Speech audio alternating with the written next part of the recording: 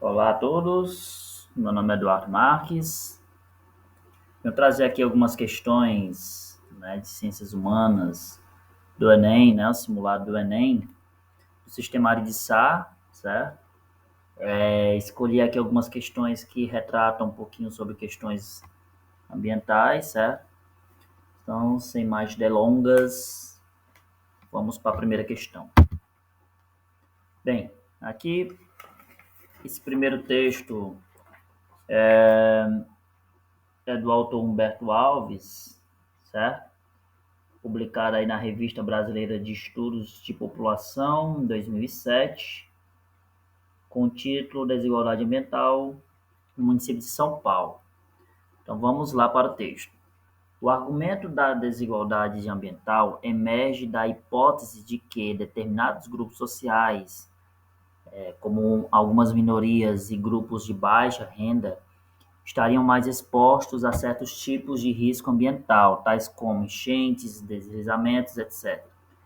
As áreas de risco ambiental próximas de lixões, sujeitas a inundações e desmoronamentos, muitas vezes são as únicas acessíveis às populações de baixa renda, que acabam construindo nesses locais domicílios em condições precárias. Então, o texto indica que a desigualdade ambiental nas cidades está associada ao ou a. Então, assim, pessoal, a resposta aí é a letra C, né? Processo de segregação socioespacial, certo? Por quê? Então, assim, o texto ele fala, né, sobre desigualdade social, ambiental, né, nas cidades, gerada aí pelo fato de uma parte da população habitar em áreas de risco e de não ter opções financeiramente viáveis.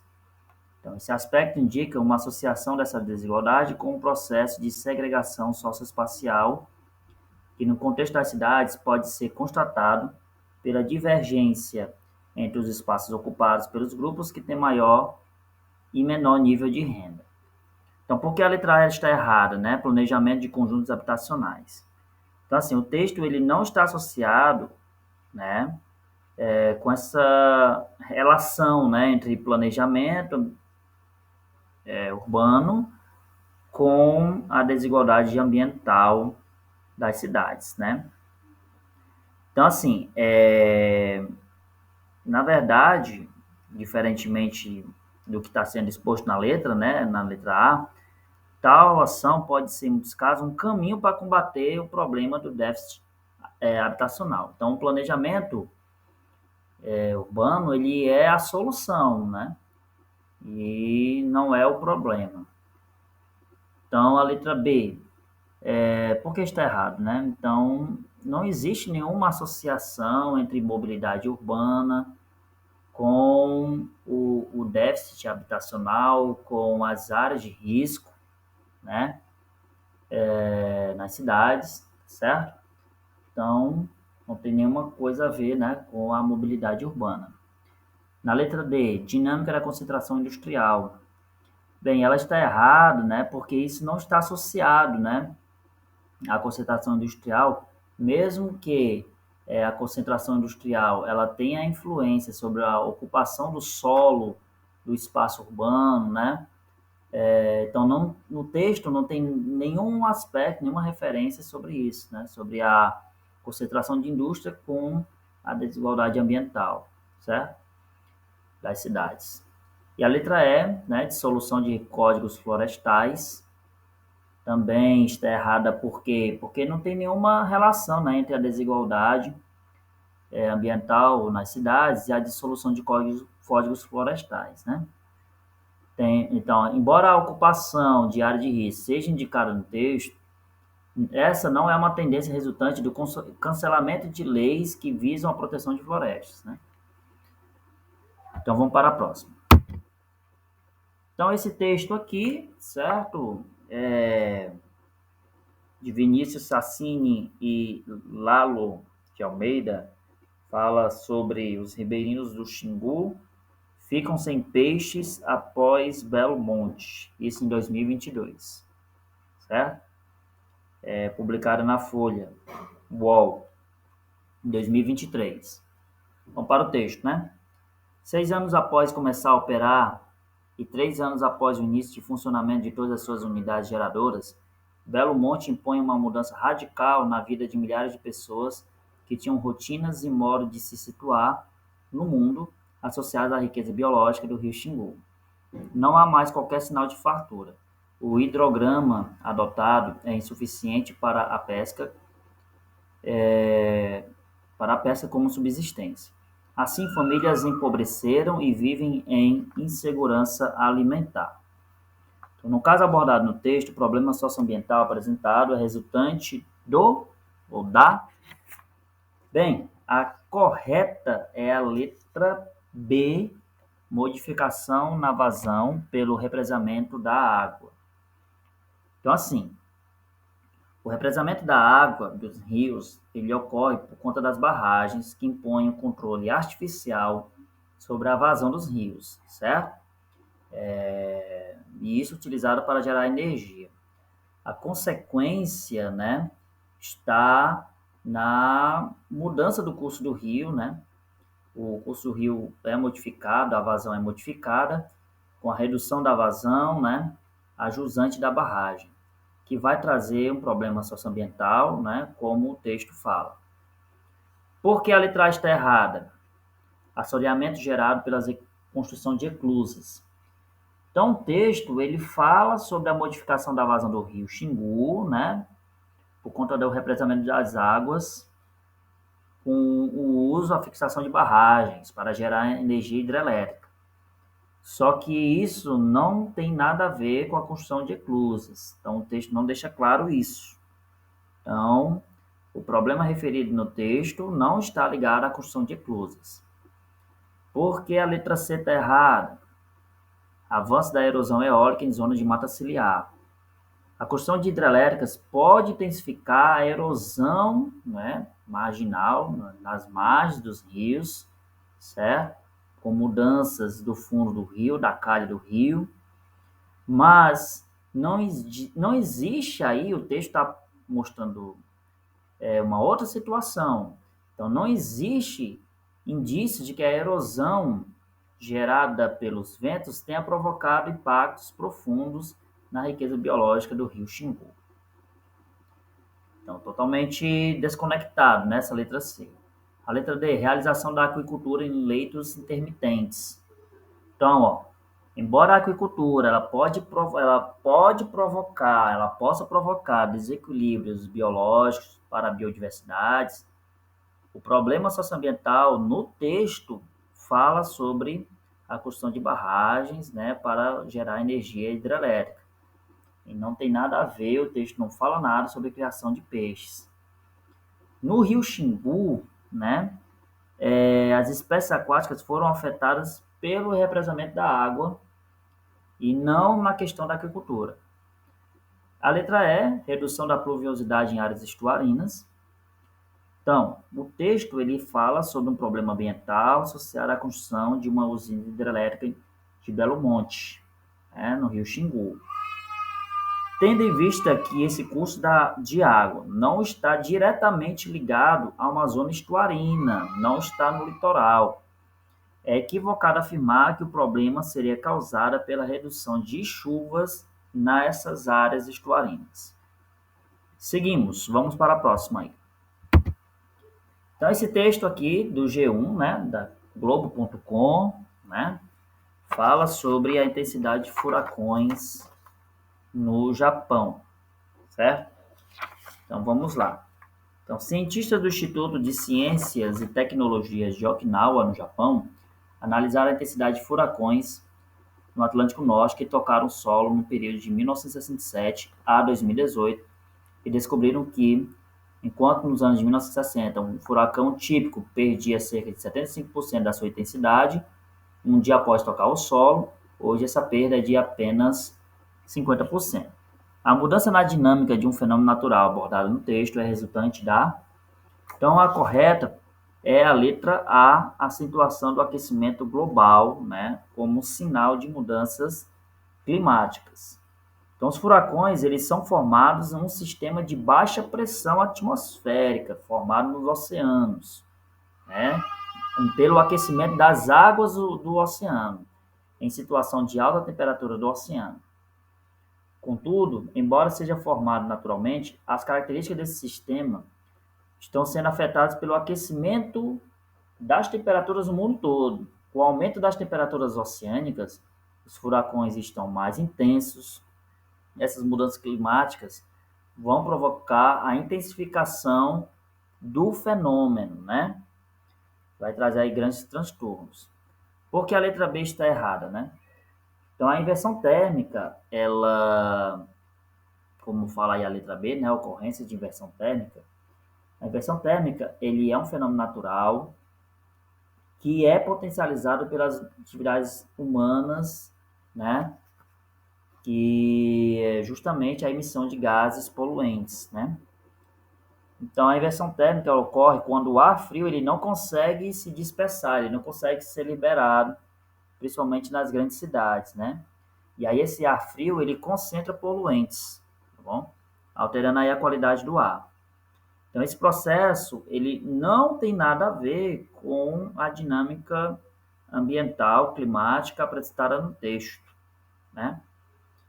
A letra C, formação de chuvas ácidas. Então, assim, o aumento de furacões não tem nada a ver também com as chuvas ácidas. As chuvas ácidas são precipitações com alto nível de acidez provocada pela emissão de gases poluentes na atmosfera, né? Então, também destoa. A letra D, elevação do nível do mar. Ela está errada por quê, né? A elevação do nível do mar, ela é consequência do aquecimento global, ela é consequência das mudanças climáticas, certo? E todos dois estão associados com o aumento da temperatura dos oceanos, as águas superficiais dos oceanos. Assim, é errado dizer que o maior volume de água nos oceanos implica na mudança da dinâmica ambiental indicada no texto, né? Então, não, os dois também não tem nada a ver, certo? E a letra E, né? Queda da umidade do ar. Os furacões se formam sobre os oceanos em áreas que apresentam alto índice de umidade e não em baixos índices de umidade, como mostra aí a letra E, certo? Vamos lá para a próxima, né? Apesar de certas formas exaltadas, né? Esse é um texto, esqueci de dizer, né? Um texto de Vesentini, certo? Paulo Fagundes Vesentini, sobre a Guerra Fria. Então vamos lá, começando de novo. Apesar de certas formas exaltadas e maniqueístas da Guerra Fria, esta possuía sua racionalidade, pois permitia aos Estados Unidos manter controle político e primazia econômica, tanto sobre seus aliados industriais europeus, como sobre a periferia, sobretudo latino-americana. Ao explorar umas ideias de ameaça externa, Washington obtinha a unidade do mundo capitalista e orientava contra o RSS e os movimentos de esquerda e nacionalistas, tanto metropolitanos quanto coloniais, emergidos na Segunda Guerra Mundial. Então vamos lá. A questão é, por meio da sua participação no conflito, os Estados Unidos reforçavam uma estratégia política que visava, então a correta é a letra E, consolidar sua influência hegemônica. Então, vamos lá, né? Por que é a letra E? Então, assim.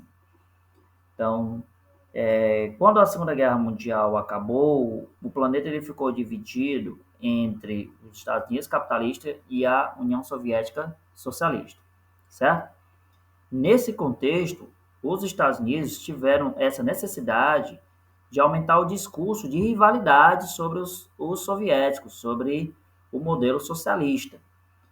E aí entra a necessidade de consolidar a sua influência hegemônica e mostrar-se como uma potência capaz de combater o avanço dos soviéticos. Por isso que a letra E está correta, né? Que é aumentar sua influência hegemônica. Porque a A está errado, né? Incentivar o progresso dos imperialismos, né? Então, assim, como é afirmado no texto, na Guerra Fria, os Estados Unidos tinham essa necessidade de inflar, né, aumentar sua influência, né, trazendo uma discussão ideológica sobre um modelo capitalista, né? Então, nesse sentido, seu objetivo não era incentivar o progresso do imperialismo, né? Mas sim de aumentar sua influência política e econômica no mundo. Letra B, limitar a propaganda armamentista. Então, na Segunda Guerra Mundial, os Estados Unidos, como uma forma de consolidar, de definir sua influência, certo? Passou aí a investir pesadamente na indústria armamentista, na indústria bélica, né? E aí a letra B está errada por isso, né? De limitar, não é limitar, é de aumentar, né? Certo? E esse avanço, né? Esse gasto na indústria armamentista, ela foi justificada pela mídia como uma forma de combater o avanço comunista. C. Legitimar as medidas protecionistas. Porque ela está errada, né? Então, os Estados Unidos não tinha essa necessidade de medida protecionista, né? A ideia não era essa. A sua intenção era intervencionista e não protecionista. Então, os Estados Unidos eles se colocavam como uma potência capitalista que poderia liderar, né, os outros países capitalistas no combate ao avanço soviético. D. Justificar os princípios democráticos. Então, assim, os Estados Unidos não tinha essa necessidade de justificar nada, né? Apesar de se apoiar nos princípios democráticos, ele não justificava, certo? Esses princípios democráticos. Bom, isso, claro, está na alma da guerra, né? Vamos para o próximo. Bem, esse texto foi retirado do site Canal Rural, certo? Em 2023. Fala sobre o cerrado, né? O cerrado é o mais ameaçado dos grandes biomas do território brasileiro. Sobretudo, uma parte especialmente vulnerável do cerrado são suas áreas úmidas. A destruição dessas áreas não ameaça apenas a biodiversidade e as suas paisagens, mas também põe em risco a segurança energética do país. Bem, o texto se refere às áreas do cerrado que têm expressiva relevância ambiental devido à sua capacidade de... Vamos para a letra C, que a C é que é a certa, né? O correto é a letra... Não, opa, exatamente, a letra C. A letra C está correta, né? Beleza, vamos lá. Então, abastecimento de bacias hidrográficas, certo? Que é a letra C, ok? Então, o cerrado, ela tem uma grande importância, né? Para alimentar os rios do nosso país, na parte central do nosso país, para gerar energia hidrelétrica, né? Então, conforme apontado no texto, a destruição dessas áreas compromete a segurança energética do país, visto que bem boa parte da eletricidade brasileira é gerada por meio de hidrelétricas que estão no cerrado. Por que a ata é errada, né? Então, o clima do cerrado é de temperaturas elevadas e não de temperaturas baixas, como mostra a letra A, certo? Então, vamos para B. Fornecimento de combustíveis fósseis. Então, apesar de o texto falar sobre as áreas úmidas do cerrado como, como um fator, né, importante para o setor de energia para o país, ele não tem nada a ver com os combustíveis fósseis, certo? Mas sim com o abastecimento das bacias hidrográficas, né, para gerar energia hidrelétrica. Letra C, C está certa, né? Letra D, impedimento da contaminação dos rios. Então, sobre o texto, né, apresentado para gerar energia hidrelétrica, não tem nada a ver com a situação de contaminação dos rios, certo? Então, essas áreas do cerrado, ela garante a geração de energia hidrelétrica e não a purificação dos rios. São duas coisas totalmente díspares, né? Não tem nada a ver uma coisa com a outra. E a letra E, absorção de poluentes nos manguezais. Então, assim, o cerrado, ele não está no litoral, né, pessoal? Ele Então, não tem mangue no Cerrado, certo? Não estão em áreas litorâneas, certo? Então, por isso que, apesar de que o Cerrado, ele captura carbono, mas não tem nada a ver com mangue, certo? Vamos para o próximo. Bem, aqui nós temos dois mapas, certo? Da divisão morfoestrutural do Brasil, tá bom? Uma é a divisão de Aziz Absaber, certo? Publicado em 2010, com o texto Relevo Brasileiro e seus Problemas. Aqui o Aziz Absaber, ele divide o Brasil em duas formas de relevo, planaltos e planícies. Já a divisão de Jurandir Ross, numa publicação em 2014 em São Paulo, Geografia do Brasil, Jurandir divide o Brasil entre planaltos, depressões e planícies. Então, a classificação do relevo brasileiro apresentada no mapa 2 difere do mapa 1 na medida em que, vamos lá, qual seria o certo? O certo é a letra B, sinaliza as formas rebaixadas em relação às áreas contínuas. Por quê, né, pessoal? A letra B está correta, né? Então, a classificação do relevo brasileiro, no texto 2, no mapa 2, foi elaborado por Jurandir Ross, que propõe uma maior diferenciação das unidades geomorfológicas, né, do relevo. A sua diferença mais notável, né, diferentemente do Aziz Absaber, está no fato de sinalizar a presença de formações de relevo caracterizadas por serem baixas, como no caso das depressões, que o Aziz Absaber não botou, né? Essas formações, né, baixas, certo? Não foi mapeada pelo Aziz Absaber. Vamos lá para a letra A. Indica a geração de dobramentos modernos em planícies abissais. Então, por que está errado, né? Então, os dobramentos modernos de planícies abissais não é um fator de diferenciação entre essas duas classificações, certo? Uma vez que esses visam a classificação das formas de relevo nas porções continentais. Então, assim, sempre lembrando, pessoal, que não tem dobramento moderno no território brasileiro, certo? Porque os dobramentos modernos estão em áreas de contato de placas tectônicas. Letra C. Comprova o predomínio de depressões nos espaços litorâneos. Então, assim, o litoral não tem depressão. As depressões são formadas fora do litoral, certo? Então, estão nas áreas interiores do continente. Por isso está errado. Letra D. Reconhece os planaltos como as áreas mais suscetíveis à erosão. Então, assim, o Jurandir Ross, né, e o Aziz Absaber, eles consideram os planaltos como áreas que passam por erosão, certo? Então, não tem divergência a esse aspecto, que erosão tem em todo canto, né? Então, não é a erosão o diferenciador, né, dessas unidades. Letra E. Desconsidera o critério altimétrico na definição das planícies.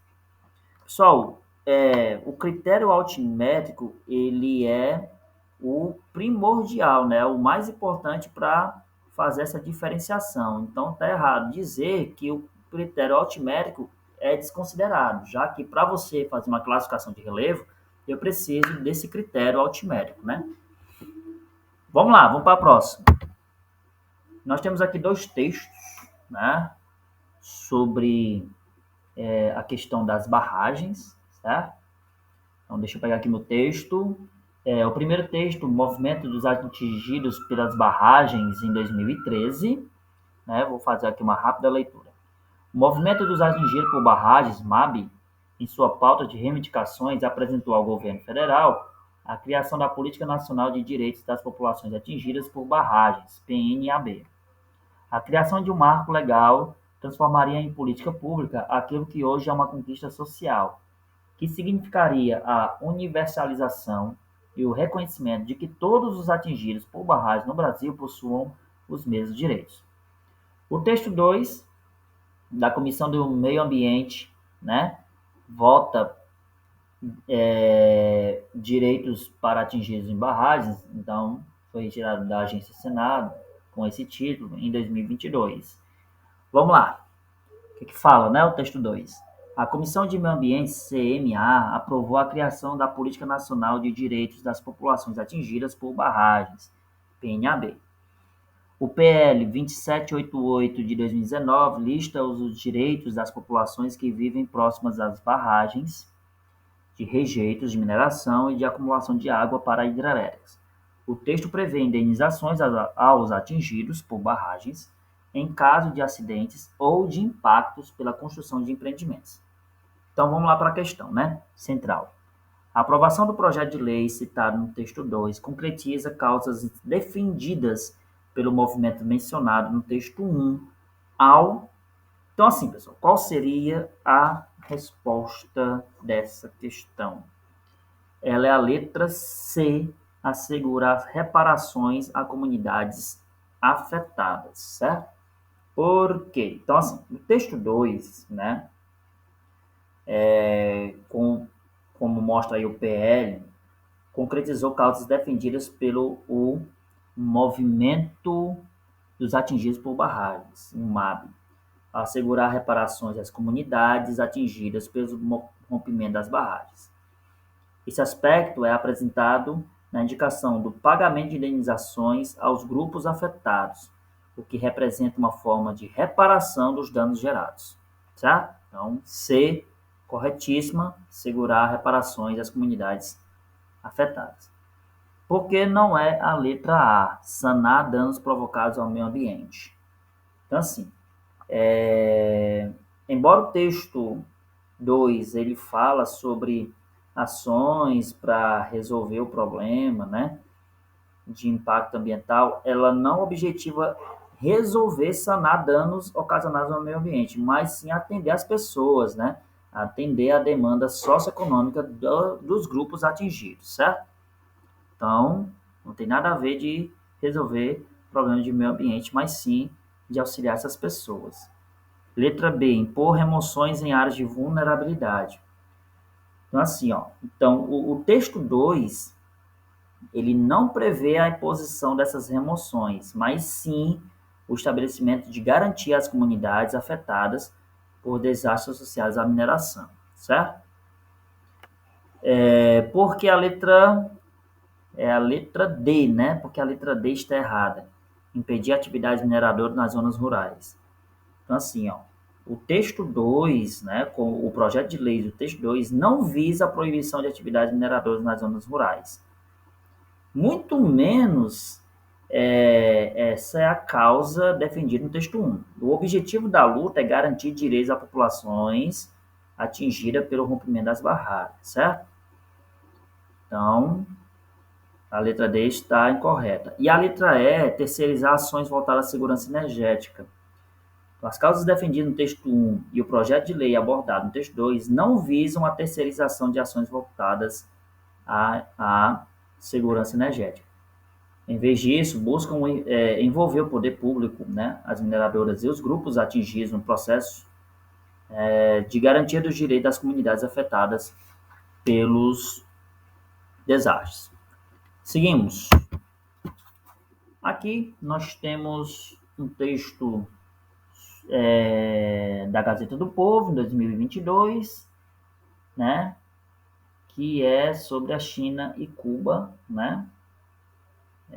Vamos lá para o texto. O ditador da China, Xi Jinping, e seu homólogo de Cuba, Miguel Díaz-Canel, tiveram uma reunião na sexta-feira, 25, em Pequim, na qual o líder chinês declarou que seu país fará todo o possível para proporcionar apoio aos cubanos, que, em sua opinião, enfrentam grandes desafios, segundo informou a imprensa local. Xi garantiu que, independentemente da situação internacional, o país asiático não mudará sua política de amizade com Cuba ou sua vontade de trabalhar com a ilha para proteger a justiça internacional e se opor à hegemonia.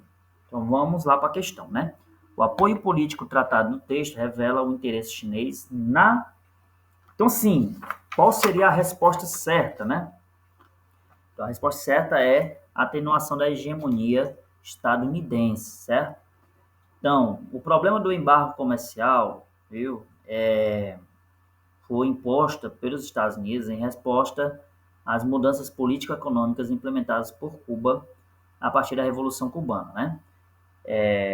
Diante disso, o apoio oferecido pela China reflete o interesse no questionamento aos desequilíbrios de forças originados pela hegemonia das já tradicionais potências capitalistas ocidentais, né? Então, diminuir aí, né, essa intervenção estadunidense, essa hegemonia estadunidense, certo? Esse apoio que a China dá a Cuba. Porque não é a B, extinção de um órgão supranacional. Então, veja, a política de amizade, né, que o texto fala, evidencia uma oposição a um embargo comercial feita pelos Estados Unidos e não a um interesse na extinção de um organismo supranacional como a ONU, certo? Letra C, desintegração de um bloco regional. Porque não é ela, né? Então, veja, essa parceria entre Cuba e China não evidencia um interesse na desintegração, né? A destruição de um bloco econômico regional. Então, no texto, observa-se que quando a China apoia Cuba, a China ela acredita estar se opondo a decisões hegemônicas, né? Como no caso dos Estados Unidos, no embargo, né? Com isso, a China se posiciona de forma contrária ao embargo comercial feita pelos Estados Unidos contra Cuba, né? D. Alteração de políticas constitutivas. Então, assim, pessoal, ó, o apoio que a China dá a Cuba, ela não evidencia um interesse de alterar políticas constitutivas, né? O que são isso? Políticas constitutivas são aquelas políticas que regulamentam as políticas públicas, certo? Embora o texto indique que a política de amizade entre China e Cuba, não há referências a modificações de regras de determinada política pública que abrange esses dois países, certo? Então, não tem nada a ver com essas políticas constitutivas. E a letra E, que é a revogação de um acordo bilateral. Então, assim, os acordos bilaterais são firmados entre os dois países, né? Então, não tem revogação.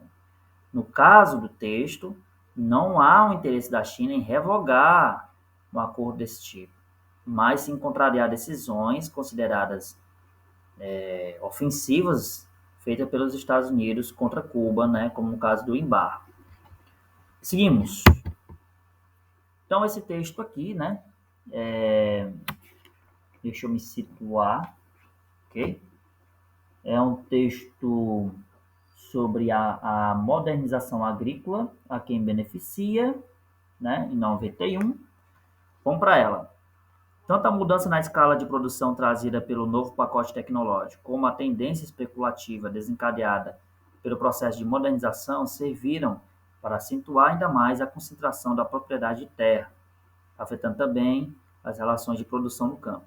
Além de a mecanização expulsar a mão de obra, o espaço de arrendatários, parceiros, poceiros e outros pequenos produtores também ficou reduzido pela territorialização do capital. Isso provocou um forte êxodo rural, de quase 30 milhões de pessoas entre 1960 e 1980. Então, o texto apresenta como efeito do avanço de inovações no ambiente rural o A. Então, qual é o certo aí, né? Então, o certo, pessoal, é a letra E, intensificação de assimetrias estruturais, né? Por quê? Então, vejam, no texto, quando se fala que as inovações tecnológicas, né, e a modernização do campo provocam a concentração da propriedade de terra, bem como a mecanização de atividades e a expulsão de pequenos produtores dessas áreas, entende-se que a crescente inserção de tecnologias no campo intensifica assimetrias econômicas, quer dizer, mudanças econômicas, sociais, políticas estruturalmente estabelecidas, né? Causa aí desigualdades, né? Infraestruturais entre campo e cidade, né? Entre questões econômicas e sociais. Por isso que a letra E está certa. Por que a A está errada, né? Vamos lá para a letra A, elevação da rentabilidade agrícola. Embora seja possível supor que as tecnologias aumentam a rentabilidade, torna mais rentável, Esse elemento não é indicado no texto, não tem nada sobre isso, o qual evidencia apenas que houve uma territorialização do capital. B. Aumento das mudanças climáticas.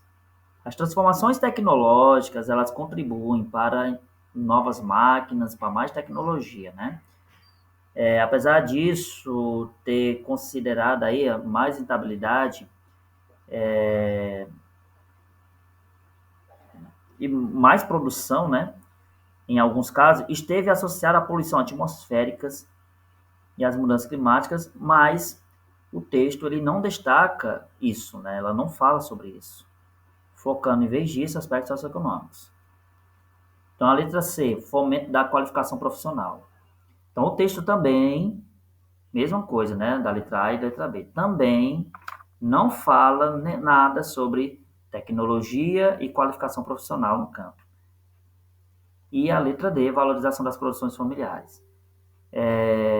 Então, veja, o texto ele fala que muitas famílias que moravam no campo precisaram sair para as cidades, né? O êxodo rural, em busca de melhores condições de vida. Nesse sentido, não pode afirmar, não é correto afirmar que houve uma valorização, né, das produções familiares. Seguimos. Nesse texto, nós temos um pouco sobre Carl Sagan, né? O mundo assombrado pelos demônios, a ciência vista como uma vela no escuro, em 1995. Vamos para o texto. Nós criamos uma civilização global em que os elementos mais cruciais, o transporte, as comunicações e todas as outras indústrias, a agricultura, a medicina, a educação, o entretenimento, a proteção ao meio ambiente e até a importante instituição democrática do voto dependem profundamente da ciência e da tecnologia. Também criamos uma ordem em que quase ninguém compreende a ciência e a tecnologia. É uma receita para o desastre. Bem, o texto sugere que a insustentabilidade da civilização global está associada a qual seria a certa, né, nessa questão, ok? Então a certa aí, pessoal, é a letra A incompreensão de recursos fundamentais, né? Então, de acordo com o texto, a humanidade criou uma civilização global cuja base é o recurso tecnológico e científico, mas ao mesmo tempo não entende o funcionamento disso, né? Dessa base. Nessa perspectiva, o autor reflete sobre a insustentabilidade desse modelo social, uma vez que a lógica desses recursos básicos do cotidiano não é compreendido pela população, certo? Por que não é a letra B, padronização dos meios informacionais? Apesar de o autor citar as comunicações, o entretenimento e a educação, não há no texto referências a uma padronização dos meios informacionais, né? Que esteja aí associada ao déficit educacional, né? Letra C, indispensabilidade do ensino formal. Ainda que o ensino formal universal pudesse, de fato, evitar, amenizar, resolver os desastres, não tem nada sobre isso no texto. Não há indício de que a indispensabilidade desse modelo educacional seja a chave para resolver a insustentabilidade da civilização global. D. Flexibilizações das práticas laborais. Mesmo que o avanço da tecnologia das ciências possa resolver, né, alguns problemas, ter um efeito sobre a civilização, automatização de práticas laborais, esse não é um aspecto que o texto aborda, certo? Por isso que a letra D também não está certa. Letra E, de acordo com o texto, né, o perigo do desastre está relacionado ao descompasso entre o aumento da dependência dos recursos tecnológicos e científicos e o entendimento desses recursos, e não propriamente a evolução dos processos científicos, certo? Então, não tem nada a ver a letra E também. Então, vamos para a próxima, né? Então, a próxima questão é sobre a estrutura geológica do Brasil, certo? Na questão, nós temos uma publicação Geologia Tectônica de Recursos Minerais no Brasil. Então, o mapa ela indica que na região sudeste, né, é preciso saber um pouquinho de geografia, né? O mapa do Brasil. Há um predomínio de um tipo de estrutura geológica que favorece a... Então, a resposta dessa 82 é a letra B, exploração de combustíveis, exploração de combustíveis fósseis, né? Não, calma aí, né? Essa daí, a letra B, 82, é a letra exploração de minerais metálicos, né? É porque deu uma mudança aqui, né? Exploração de minerais metálicos. A letra B está errada aqui, certo, pessoal? Só corrigindo aí, letra B, exploração de minerais metálicos, que aqui no meu slide tem exploração de combustíveis fósseis, mas é exploração de minerais metálicos. Por quê, né, pessoal? Ó, então, no mapa, como a gente pode ver aí, dá para a gente observar que os escuros cristalinos, que é a parte mais escura, estão no sudeste do Brasil, estão predominantemente no sudeste do Brasil. Nesse tipo de estrutura geológica, né, encontra-se grande quantidade de jazidas minerais metálicos, que favorece a prática de mineração e, consequentemente, o desenvolvimento de alguns setores industriais. Porque não é intensificação dos abalos sísmicos.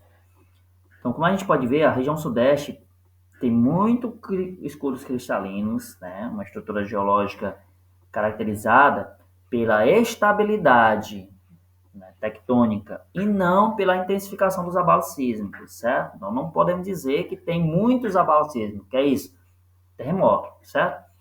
Mas temos uma estabilização. C, extração de combustíveis fósseis, porque não está certa C, certo? Então, os combustíveis fósseis, eles estão nas bacias sedimentares e não os escuros cristalinos. Então, estaria na parte amarela, né? Que representa o tipo de estrutura geológica, né? Esses escuros cristalinos estão no sudeste, né? Estão mais concentrados ali na parte sudeste. D, geração de energia geotérmica. Ó, a energia geotérmica, ela é proveniente do interior da Terra. Então, o sudeste, como tem muito escuro cristalino, ele não favorece a esse tipo de energia, já que a exploração da energia geotérmica, ela é mais comum em áreas de contato de placas tectônicas, em áreas de transição, né, de limite de placas tectônicas, onde há um calor ali interno da Terra. Letra E, formação de plantas xerófitas. Então, as plantas xerófitas, elas estão em climas quentes, com pouco acesso de água. O fato de uma área ter escuros cristalinos ou bacias sedimentares não implica na formação desse tipo de planta, visto que o desenvolvimento dela está mais atrelado às condições climáticas e não geológicas. Seguimos. Aqui nós temos uma revista, né? A capa de uma revista publicada em 73. O espaço amazônico é retratado em qual perspectiva? A pergunta central é essa, né? Então, qual seria a resposta, né? A resposta é a letra C, desenvolvimentista, que enaltece o processo de expansão econômica. Por que a letra C, né? Então, veja, na capa dessa revista existe uma associação ao título Um Novo Brasil, né? Um Novo Brasil, e aí nós temos a floresta amazônica cortada pela rodovia transamazônica, né? Que traz uma perspectiva desenvolvimentista, né? Que enaltece o povoamento do espaço amazônico, certo? Então, por isso que é a letra C. Por que não a letra A? Nacionalista, que valoriza os recursos naturais simbólicos do território. Então, assim, ó, pessoal, ó, nessa revista, certo? Ela indica uma influência nacionalista, ela pode indicar isso, certo? Mas não valoriza os recursos naturais. Valoriza, sim, o desenvolvimento do país na construção da rodovia, né? A B, ecossocialista, que defende a política de ampliação da reforma agrária. Então, por que não é a letra B, né? Tá meio na cara, né? Então, não é retratado, não é passado uma perspectiva ecossocialista, né? Até porque não existe uma crítica entre o capitalismo e a degradação ambiental. Tem sim uma defesa de ampliação da reforma, de uma na verdade, uma ampliação de, de novas vias, né, como a construção da Transamazônica, não existe nenhum tipo de defesa à reforma agrária, existe a ausência, né? Existe o incentivo ao povoamento do local, certo? D, conservacionista, que promove o desenvolvimento sustentável na região. Então, por que está errada, né? Então, não existe nenhum tipo de objetivo, né, para promover o desenvolvimento sustentável na região, mas sim de divulgar mudanças no espaço amazônico com a construção da rodovia transamazônica, o que faz com que não haja uma representação de uma perspectiva conservacionista, certo? Indigenista, que motiva a integração cultural de comunidades tradicionais.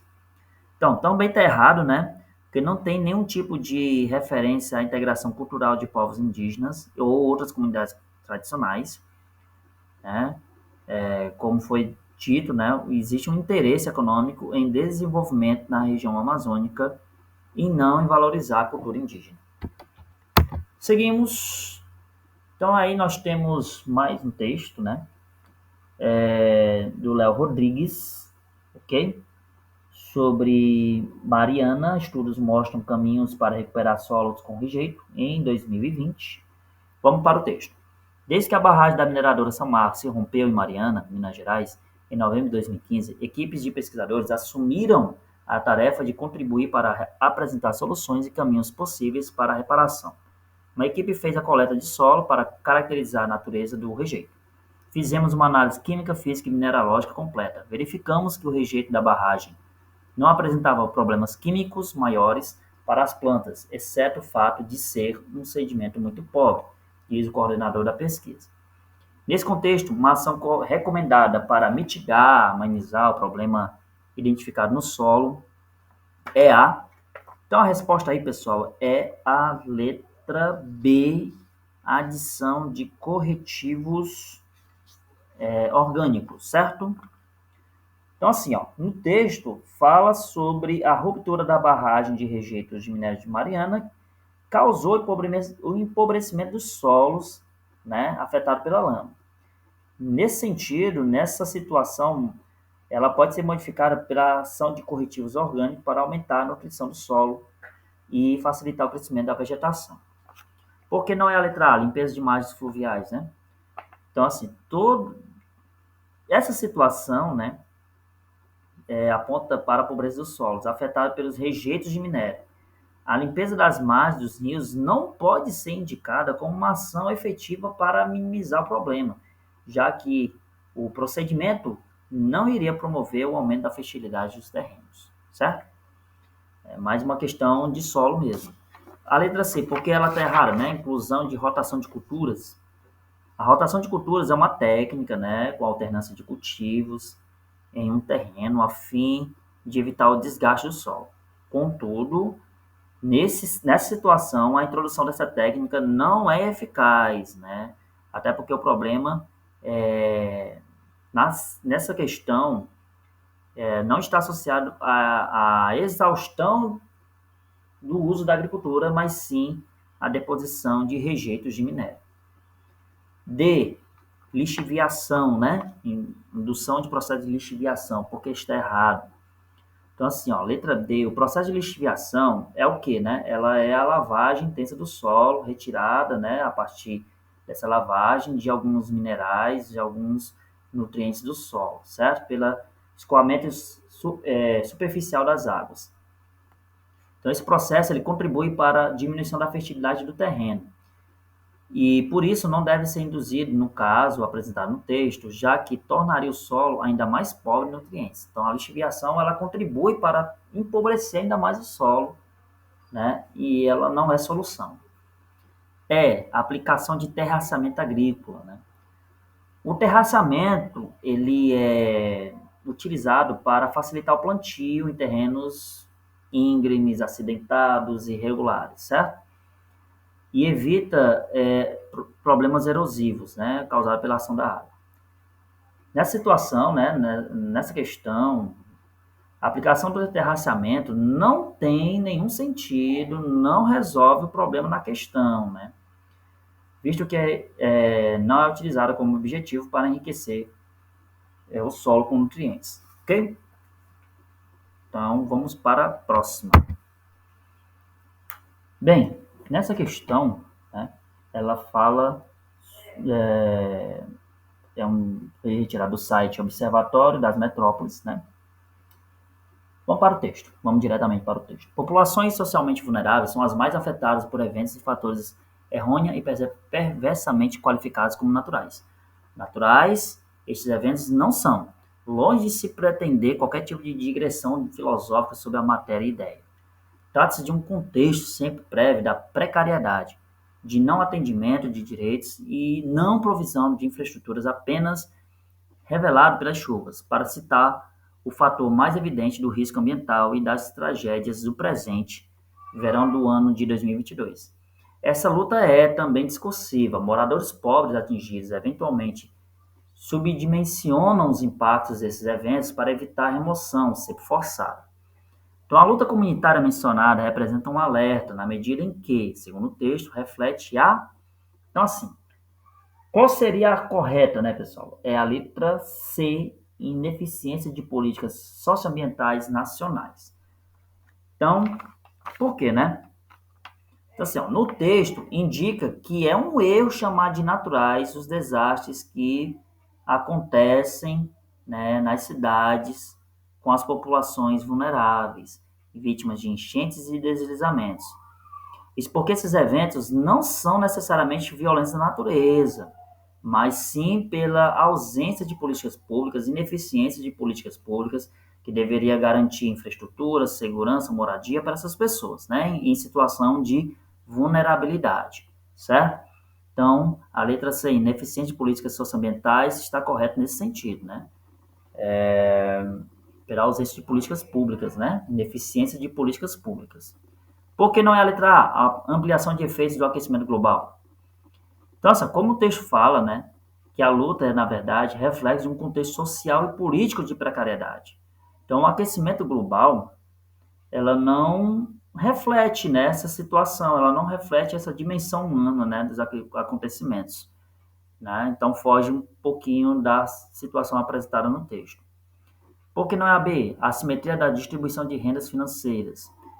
Embora essas assimetrias de rendas, elas sejam aí um fator importante para falar sobre desigualdade na ocupação da terra, na ocupação do solo, na ocupação da cidade, né? Esses elementos não são falados, não são tratados de maneira explícita no texto, né? Então foge um pouquinho. Letra D, segregação de populações tradicionais brasileiras, porque está errado, né? Não há no texto referências à segregação de comunidades, então foge também. O que existe? Existe o alerta ao descaso vivenciado pelas pessoas que moram em áreas afetadas por eventos naturais. D não, letra E, porque a letra E está errada, né? Indiferença das camadas carentes com o ambiente. Então, assim, de novo, né? O texto não fala, não há indicação de que comunidades carentes são indiferentes ao meio ambiente. O que diz na verdade, né? Que há uma desassistência às pessoas que estão forçadas a viver em áreas de risco, em áreas de vulnerabilidade. Vou ficando por aqui, eu espero que tenham gostado. Qualquer dúvida, vá lá nos comentários, vá lá, bote lá sua pergunta, estou aqui sempre à disposição. Um grande abraço, aqui é o Eduardo Marques, professor de Geografia. Valeu!